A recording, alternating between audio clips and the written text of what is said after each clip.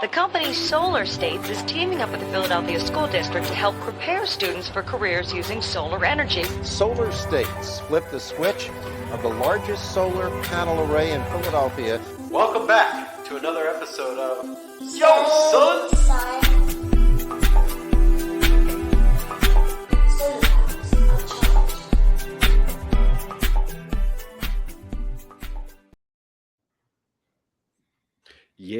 Yeah. Welcome back to another episode of Yo, Son. I'm your host, Micah Goldmarkel, here with Jared Pashko.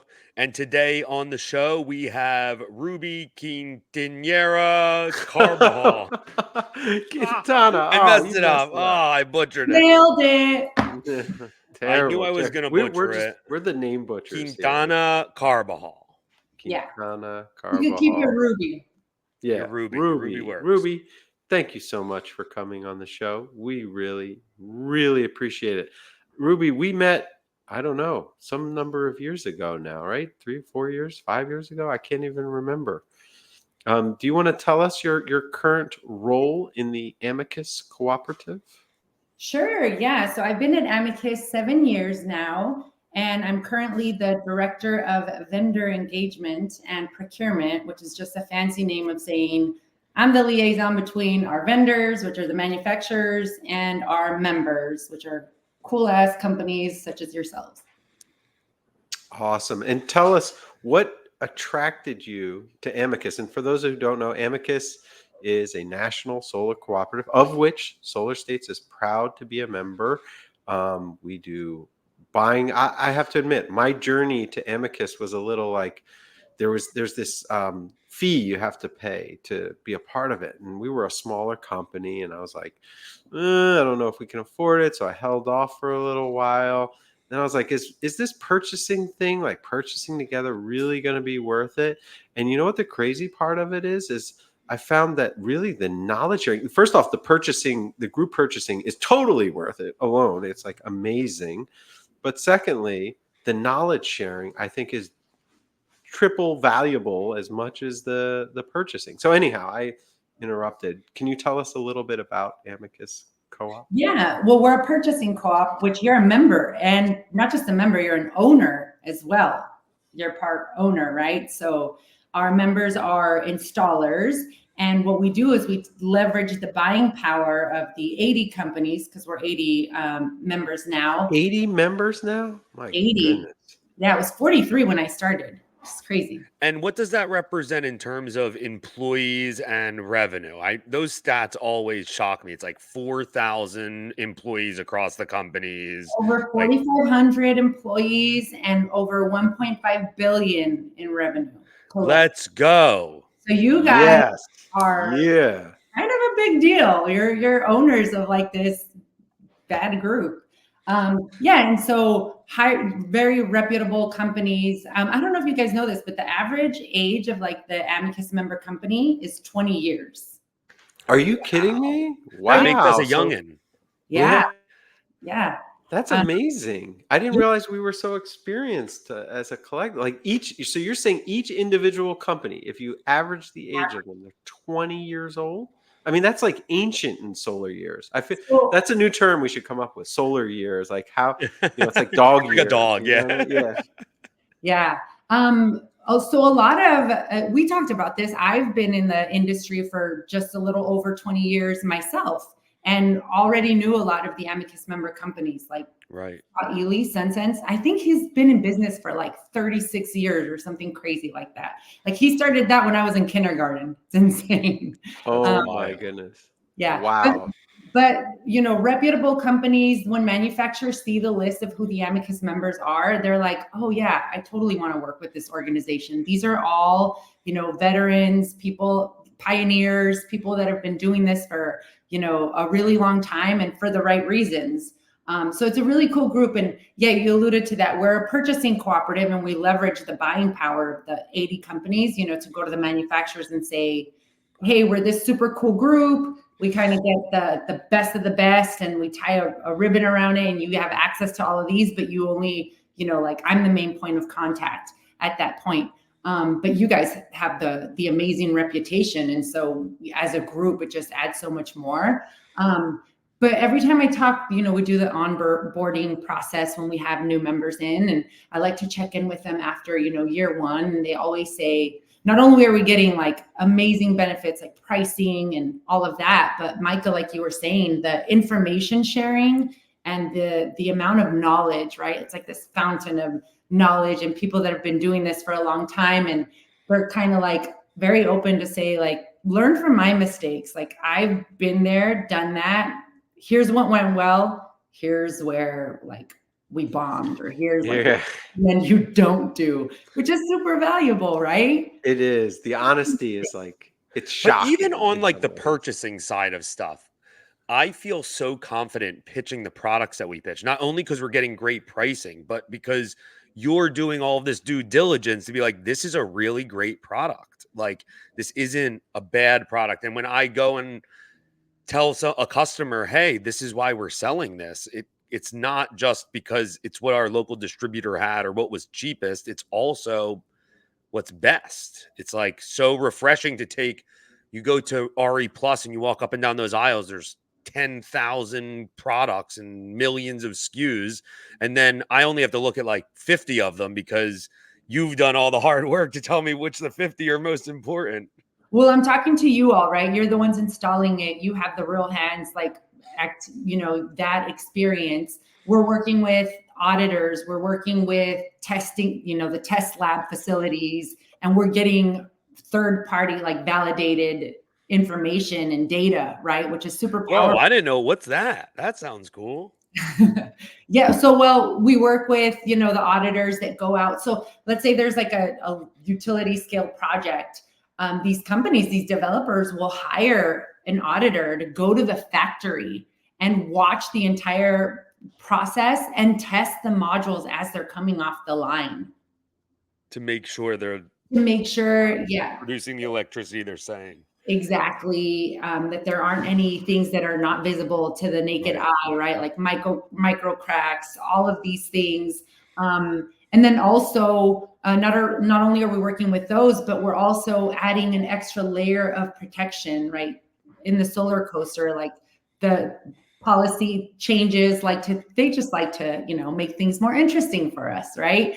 And so there's always these like gotchas and these like crazy things that are happening, retroactive tariffs and things that could come back and like ruin some people's businesses if you're not careful, right? And if you're buying the wrong product, you don't know what you're putting yourself into. And so one of the things, like, for example, that we've been working on in the last couple of weeks is working with the manufacturers to say, hey, any of my Amicus members that buy your product, I want you to sign this agreement that says that you are responsible for any additional risk, any tariffs, any, taxes, duties, anything that comes up in the next, 6 months or year, whatever. I want you to be fully responsible for that. And that's really not for us. That's really for our customers, right? Because it keeps getting pushed down. Our customers know that they have a product that's not going to be taxed or tariffed, that our prices aren't going to change. We're not going to have to go back to them and say, hey, we need more money.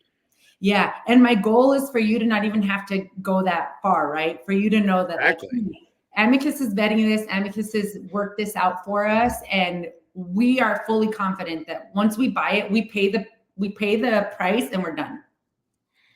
Nothing can sneak up on us. Yeah. And that's like the perfect intersection of knowledge and product, right? Because you have to have the knowledge of the product to know about this sort of retroactive tariff stuff.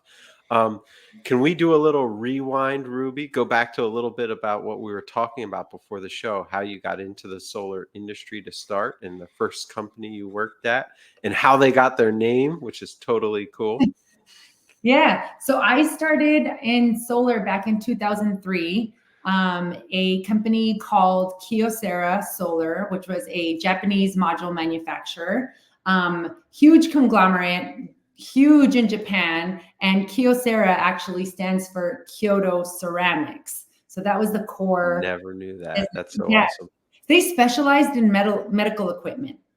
And They also had Kyocera Wireless, Kyocera International. That's what I remember was the wireless. The best cell ceramic phones. knives, the best ceramic knives. If I kind of mentioned, Yes, I had a ceramic knife. I They don't did use. have great They're too ceramic sharp. I knives. do not They're use very ceramic They knives. do not dull, but they're the best. They And so chop fingers off, is what they do. Yeah. I used to love sending those to my, to my customers as Christmas presents.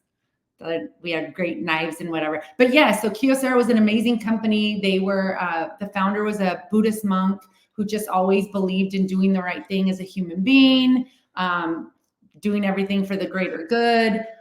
So an awesome company that actually had its own like philosophy trainings. And when I became, a manager, they had middle management trainings that we had to go to where we had zero. It was not solar related or business related at all. It was more, being a good leader, being a good, colleague, being a good person. And a lot of things that we learned there, we took and you could apply in your day-to-day life. So it was a really cool company to work for. That was a really long time ago, back when I could name all of the solar manufacturers.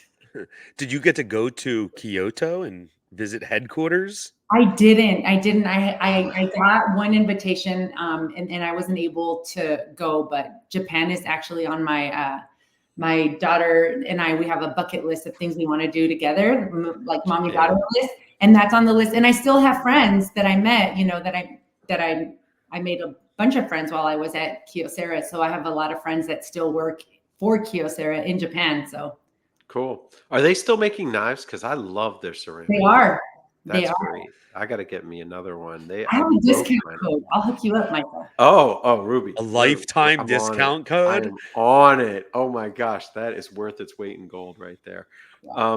So okay. Are you more of a serrated kind of guy, or I'm a serrated? No, I'm a sharp edge man. Serrated, if you're cutting some bread, I can get into it. But no, I'm a sharp edge. I'm a really sharp edge. So you're at Kyocera. And then what's your next jump from there? So at Kyocera, that was meant to be like my temporary gig, just while I was helping a friend out who was in customer service department. So Kyocera actually huge in Japan. They were like, what can we need to get into the US market. What do we do? So there was this company called Golden Genesis, which was actually owned by Coors, the beer company. And it was a solar distributor. And the Kyocera bought Golden Genesis. And then that's how kind of they got established here in the United States. That's like Golden, Colorado? Is there okay. All right. Yep. I was thinking about like the golden color of beer, but okay.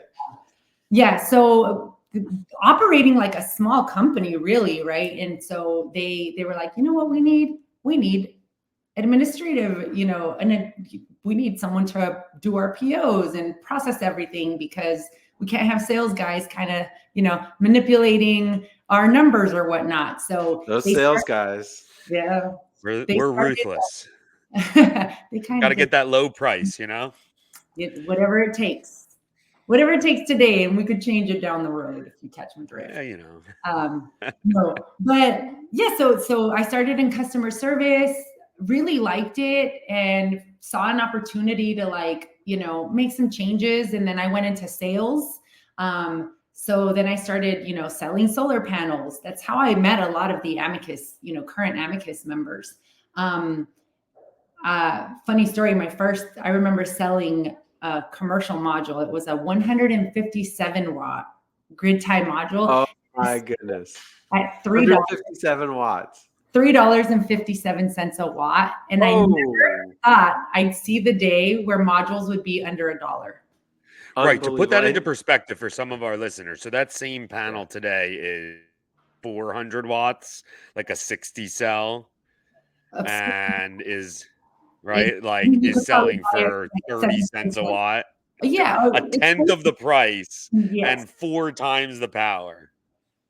Yeah, it's been really fun to see, how everything evolves and things that we never thought we'd see, right? So yeah, I was there. So I was in sales, and then I was in my 20s, right? Early 20s. So decided to get married, have a baby, couldn't do the travel thing anymore. So I was like, you know what? I think this is where it ends for me. I got to look for something else. And they were like, no, stay. We'll figure something out for you to do. Like, what do you think? Where do you think that you could, help us? Or like, do you see a void anywhere? And I was like, as a matter of fact, I do. We need an inside sales department, and we need like a path for, new people coming in. And how do you get your best salespeople? You like grow organically, right? So like bring them in, customer service, inside sales, like it's a natural path. So I did that for a really long time. Ended up also not just running the inside sales and customer service department, but also handled strategic accounts, which Amicus was. And I knew, Namaste Solar, SunSense, like a bunch of the Founding members. OG crew. And it just made sense. I was like, this is, Stephen and Blake, you guys are geniuses. Like, yes, I'll help you. I'll support you. And I think, Kyocera was one of the first module agreements that Amicus had. So I enjoyed working with them for many, many years. This was before, all of these tariffs and all of these things started happening. And so I think that Kyocera, being such a conservative company, was like, okay, I think it's time for us to exit the North American market and just focus on other markets, because we're not going to sacrifice the quality of our product. We just got to know when to call it a day. Sometimes you got to know when to fold, right? And so they did that. I was actually one of the last, I believe, 5 like employees there at Kyocera. And I got the call from Stephen, like, hey, I heard Kyocera is, shutting their doors. And I'm like, yeah, but don't worry, I'll be here till the end. I'll make sure that, everything is handled and taken care of. And they went about it the right way, very ethical. And so he was like, well, I'm not worried about that. Like, what are you going to do afterwards? I have no idea. I haven't looked at my resume. At that point, it was like, 12 years. And he was like, don't, like, let's work together. Like, let's figure out a way for us to like work together. It'll be fun. Like, obviously, like I want this to be, make sense, but let's do it. And I was like, okay, yeah, I'm open to it. Let's do it. So that's great. All right. So give us some inside scoop. Early days Amicus. Like, what was it like? What's the inside baseball there? Or, was Steven just like, going nuts, running around? Was Blake hard to deal with? Like, give us the scoop here. Oh, thank God I never had to work with Blake. No, I'm just kidding.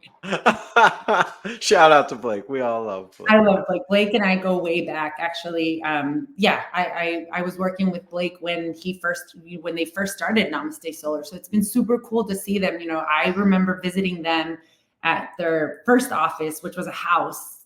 Like, they lived in they worked out of a residential area. It was like a really cool house because, Colorado and those hippies are super cool. So Namaste Solar was always like top of the top. And then when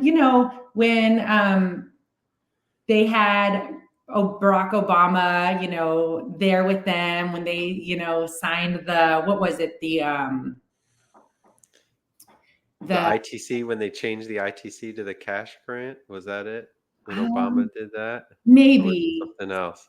Yeah, I'll have to. Oh, Blake's going to give me so much crap for this because I use that photo in all of my presentations. But Namaste was it, right? Like, everybody wanted to have that photo in their presentations and highlight Namaste. But anyway, no, it's always been, very straightforward. And we have this FOH policy, just keep it frank, open, and honest, and a ton of transparency and a lot of like cutting all the BS out of it. It was always very like straightforward. Here's what we want. Here's what we need. Here's what we're going to do. Here's what we expect you to do. And then it's just been very easy, like a little too easy. I like that FOH. I'm going to bite that, actually. Frank, open, and honest. keep it real. I think that's the way I always say it. Just keep it real. Yeah. But yeah, pho.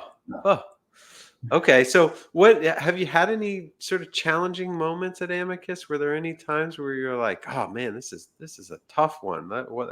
Or I'm sure it can't be all peaches and cream all the time there. No, absolutely. I mean, coming from so I was born in Mexico, right? Like I'm a Mexican woman in a male-driven industry, right? Like I worked for a Japanese company before that, which was like super conservative. I was the only female sales rep for a really long time. We weren't commission based, so it was like I always had to work 3-4 times as hard to kind of like prove myself, and was absolutely like the lowest paid, right? Like, and that's just kind of how it went. And I noticed just working with different, even back then, right? Like the type of organizations or companies that I was working with, you could really tell company culture by the leaders or the people that I was working with, right? And so that's why an opportunity to work with Amicus, Stephen, Blake, it was kind of like a no-brainer for me, just because they treat everyone with respect, regardless of, title, which at Amicus, titles really don't mean anything, right? We're such a, we've got 80 member companies, but we're a tight-knit group. We're only 5 full-time employees. Yeah. And I think titles don't mean anything too. Like when you go to an Amicus retreat or whatever, it's like you're meeting with the 80 business founders, 80 CEOs. It's like title. We're all everybody. Who cares? You know what I mean? We're all the head of the business, or we're all running a business or struggling at it. That's what I loved about it. Yeah, I mean, Amicus is Latin for the word friend, right? It's just a bunch of friends in the same industry, having the same struggles, trying to figure the same stuff out, and that honestly, genuinely want to see you succeed, and you feel that, right? Totally feel that.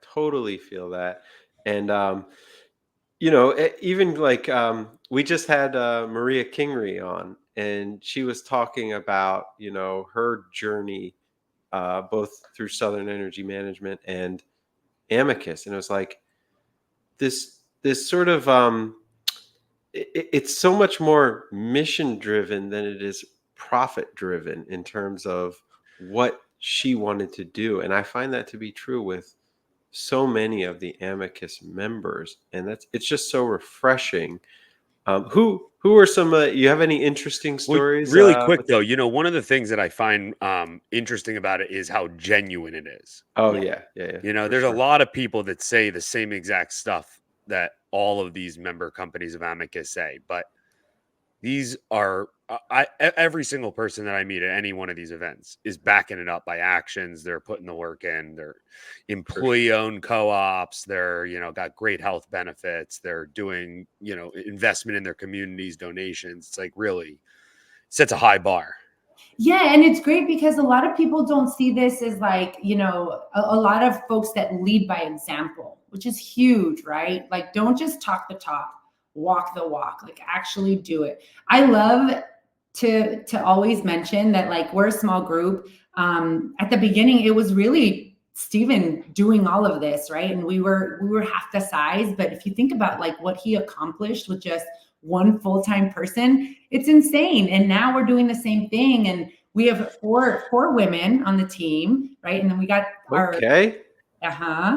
and our fearless leader. And, we have Rob who part-times with us, and they are like so supportive and just actually hear things, right? When I'm like, we need, like, I'm tired of being like the only chick in the room, or like there's only 5 of us. Don't get me wrong, like there's never a line in the bathroom, but no, at this year's principals retreat, there was an astonishing amount of females in the crowd, and it was so refreshing. It's amazing, right? And like even at Amicus, Stephen's like, you know what? Whoever we hire, like I hear you saying you need help. I came from a background where I needed to have a budget, a proposal, and it had to go through several approvals. And if I was lucky, I'd be able to implement something in the next year. And here at Amicus, like I'd have one conversation with Steven and he'd be like, oh, that makes way more sense than what we were doing before. Like effective immediately, that's what we're gonna do. I'd be like, wait, what? You're like, no, done. Change it. Like you're running this. Do what you got to do. Or, I hear you saying you need help. That's how Marion came to Amicus. I used to work with her. I hired her at Kyocera. I was like, this chick's amazing. Like she's super smart. Like we kind of finish each other's set. Like I don't even have to finish a sentence. She knows how I think. I know how she thinks, and we work so well together. And he was like, this person's going to help you. So you hire the person. You tell them what you need, and That's great. You figure out how they're going to help you. Oh, okay. It's been like that, right? With Ginny and Joanna, we've just been extremely lucky that we hire the people, not for the specific role. And we get together we meet every week, but we get together in person at least every 6 months. And it's really awesome. We talk about what we're working on, what we love about our job, and what we don't like so much. And if we could delegate, or if we could, hand something off to someone else, what would it be? And it's amazing every single time. It's like, oh, I actually enjoy doing that. Like I'll take that off your plate and you can have this if you want it. And so it's so important for us to always just make sure that we're still having fun and passionate about what we're doing, right? And just talking to our members and knowing that what we're doing is actually meaningful and helpful to their businesses, like that is just, the best. Super, super meaningful and super helpful, I gotta say. And it's always been great interacting with you and having somebody who's been in the industry for as long as you have.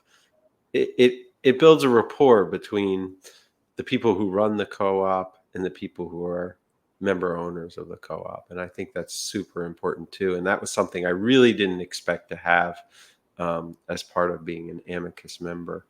But I guess it shouldn't be surprising, again, because of so much experience in the industry everybody has at Amicus. Anyhow, I was starting to say, any stories you want to share about some funky solar companies who are part of Amicus? Anything you want to dish out, or is that a little too scandalous at this moment? I love that we have so many different personalities, right? And varieties and flavors. Like we were talking about food later. It would be so boring if everything was bland and super like, you knew exactly what to expect and predictable. So I love that we have different types of personalities, and it comes down to leadership style, but not just that. I don't think that obviously when you send someone to represent your company, they know they have a responsibility. They're representing your company, but I know better.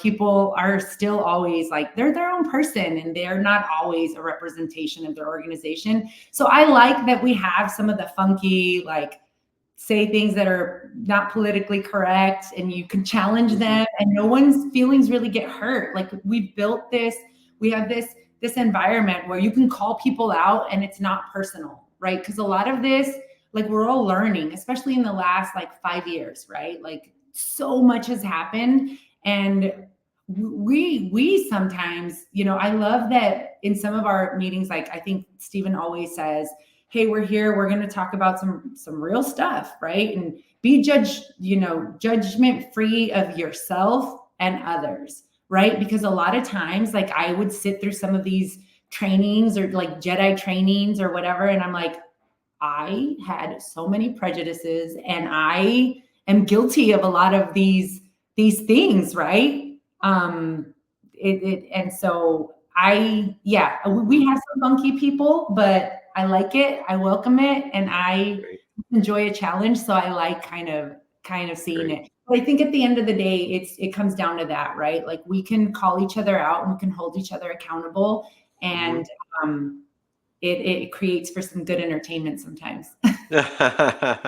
That's great. Well, you said the F word, and I mean food, and we gotta now talk about some food stuff, because Ruby before the show was telling us that her husband is a chef, and we love to talk about some food here. So, Ruby, first off, tell our listeners, where are you located in the United States? What So area? I live in Phoenix, Arizona. So you're in Phoenix, you're in the Southwest, and what is banging to eat in Phoenix? Where are you loving to go? We have a ton of amazing restaurants. I mean, Mexican food, I feel like is the most popular here, but it's like real Mexican food. and Legit. But we have, yeah, I mean, we compete with LA when it comes to like the food scene. We have so many great options, but we took you guys to Cocina Chihuas, which Oh, is, that was good. like, yeah. So Cocina Chihuas, like the owner is from Chihuahua, which is where I'm from. So obviously, like, Close to the heart. You gotta love it. they have Chihuahua Ritas instead of margaritas. Oh, So fun fact, you guys are familiar with tequila and mezcal, right? Well, yeah. sotol it only comes from Chihuahua, where we're from. And so their Chihuahua Rita uses sotol instead of tequila or mezcal. So that's like, Interesting. yeah. Okay. I'll have to try. Sorry, say the name of that again. The Sotol, SOTOL. Sotol. Sotol. I've never even heard of Sotol. So it's right in the middle. It's not as smoky as mezcal, but it's got like some of the notes, and it's a little smoother. It's really good. I'll do a bottle, Micah. Count me in. Count me in. So you're gonna shout out any other restaurants or just Yes. is that So Mexican Mother's Day is on May 10th every year. Oh. And so my sister and I took my mom to this restaurant that we absolutely love. It's called Huaraches, which is slang for like sandals, but also it's a type of food. And it was amazing, everything there. So the chef from there, Rene, he also has another restaurant here called Bacanora, which is amazing. Hard to get into, like if you have, hard to get reservations, but you can get lucky, put your name down and get in, and everything is like made on the grill, fresh that day, super amazing. Great. What are you cooking up at home? Oh yeah. So you got a chef in the family. I mean, yes, but he's also kind of a health nut. So we go out. That's why I'm not 300 pounds right now, because it's like fresh. He doesn't like processed foods. So we have right. chicken, steak, shrimp, tilapia, veggies and protein every single day. He makes really cool desserts for the girls, but they're like, it's a yogurt, but it's protein and hard boiled eggs. Don't knock it till you try it. It's actually really delicious. What? I know. Yeah, I'll share it with you. But here at home, it's Mexican food. We love chilaquiles, which is like enchiladas, but you just cut the tortilla and fry it before you, instead of rolling it up or, layering it. So those are super delicious. Nice. What else? Pretty much anything.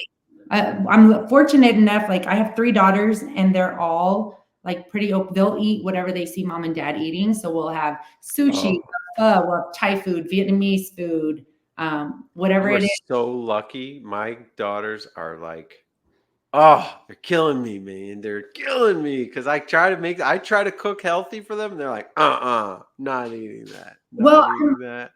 I'm also like, I guess, kind of strict when my kids are like, what are my options? I'm like, take it or leave it. Those are Mike is on like a 30-year bet to remain a vegetarian. So maybe his kids would enjoy, eating out with you a little bit more, I saw a really funny meme the other day of somebody saying like, I gave my vegan sister's infant like a piece of, like, she gave her like it wasn't an infant, it was a toddler, but like gave him some steak, like, and said like, shh, don't tell mom, and like the kid ate it and like loved it right away.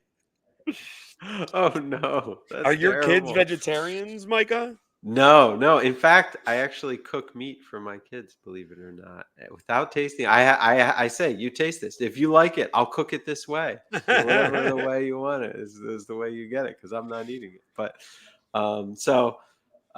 yeah, I do cook some meat at home for the kids. So Jared, you've been on a roll recently. What do you got for us on the food scene? I went to this place recently that was really delicious. I've been on a kick of this thing called a Trenton pie. It's like a pizza that's like upside down. It's like cheese on the bottom, sauce on the top. Mhm. And Ah, I don't know why, but it's like a special like type of thin crust. It's like a really like well-known type of pizza. And I just went to this place up in Northern Liberties, right by the office, called Vince's.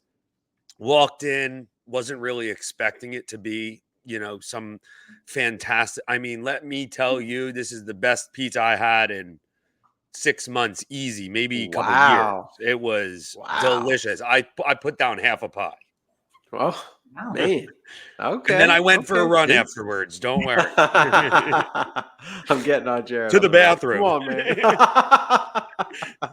Well, thank you so much, everyone here. This has been another episode of Yo, Son. I'm your host, Micah Goldmarkel, here with.